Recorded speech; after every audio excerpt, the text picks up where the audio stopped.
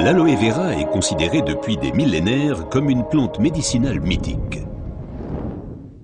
Déjà, les Aztèques l'utilisaient comme remède miracle contre beaucoup de maladies. Dans la médecine populaire, elle est connue pour ses propriétés désintoxicantes, purifiantes, dégraissantes et désacidifiantes. Aujourd'hui, on sait également qu'elle exerce une influence positive à la fois sur le taux de sucre et le taux de graisse dans le sang, par exemple le cholestérol. Mais il faut préciser qu'il existe différentes sortes d'aloe vera. La véritable aloe vera, l'aloe barbadensis, est un lys du désert et est cultivé dans les régions sèches, notamment en Amérique centrale et en Amérique du Sud.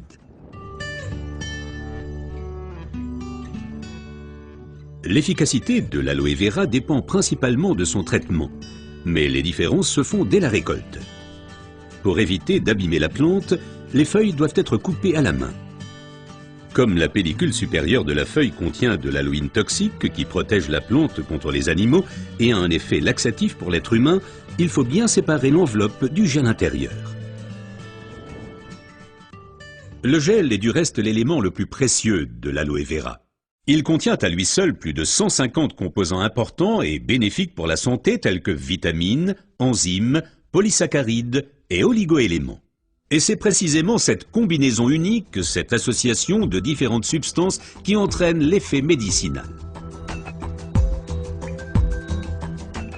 L'un des composants les plus importants est l'acémanal.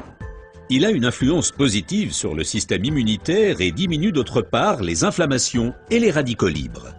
Le résultat, une amélioration de l'apport en oxygène. Observons ce phénomène de plus près. Le sang assimile l'oxygène dans le poumon et le transporte à travers les vaisseaux sanguins vers les cellules. Les gros vaisseaux se divisent et deviennent de plus en plus petits pour devenir enfin des vaisseaux capillaires. Les capillaires sont les plus petits vaisseaux sanguins. C'est là qu'a lieu le transfert de l'oxygène du vaisseau sanguin vers les cellules.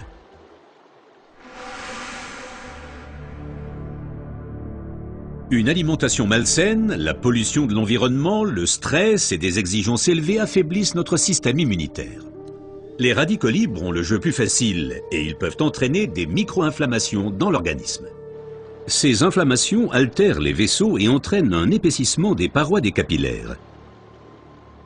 Ce gonflement rétrécit le vaisseau et les globules rouges circulent plus lentement à travers les capillaires, entraînant une baisse de l'alimentation en oxygène. Et c'est là que l'aloe vera intervient. Elle réduit le gonflement des parois des capillaires. Les globules rouges circulent plus rapidement et l'alimentation en oxygène est améliorée. Les toxines et les impuretés sont évacuées plus rapidement. De récentes études indiquent que d'autres substances naturelles peuvent encore améliorer l'effet de l'aloe vera. Parmi ces substances, il faut citer tout d'abord le silicium, mais aussi l'huile d'onagre et enfin les minéraux basiques. Observons tout d'abord le silicium d'un peu plus près. Le silicium est indispensable à l'organisme. C'est un élément structurant. Nous le connaissons surtout sous forme de sable de quartz que l'on trouve dans la pierre et le béton. Dans l'organisme, le silicium contribue à stabiliser les tissus, mais il renforce également les os, les ongles, les cheveux, les tissus conjonctifs et les parois des capillaires. Avec l'âge, les capillaires menacent de perdre leur fermeté.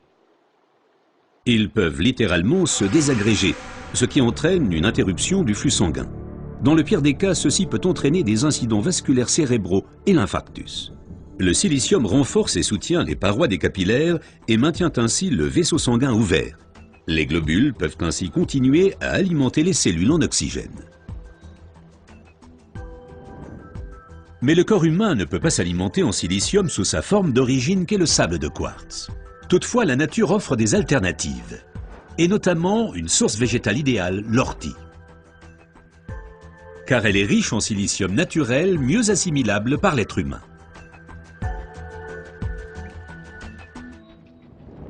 Une oxygénation optimale ne dépend pas uniquement des capillaires, mais aussi et surtout de l'état du sang. Le sang ne peut bien circuler dans les vaisseaux capillaires que s'il est suffisamment fluide.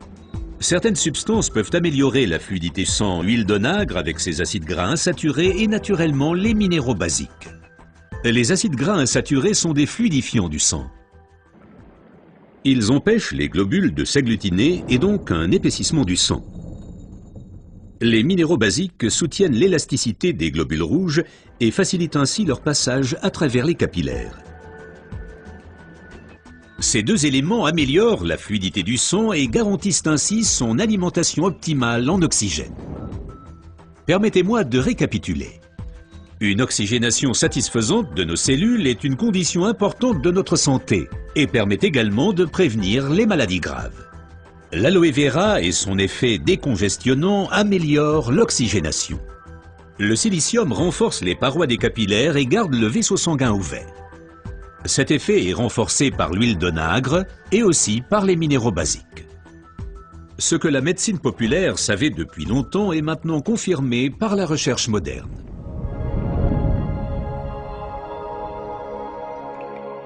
L'aloe vera améliore l'apport en oxygène et donc votre santé. Car l'oxygène signifie la vie. Faites confiance à l'aloe vera.